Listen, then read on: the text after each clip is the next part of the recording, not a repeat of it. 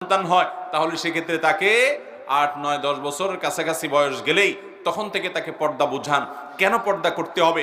একজন নারী তার সম্ভ্রম, তার ইজ্জত, তার আত্মসম্মান, আত্মমর্যাদার জায়গা থেকে তাকে নিয়ে কাউকে বাজে চিন্তা করতে দিবে না তিনি, এই জায়গা থেকে, এবং সমাজে মানুষের ফিতনার কারণ হবেন না তিনি, তার কারণে কেউ বিপদগামী হবে না, কোনো যুবক, কোনো তরুণ।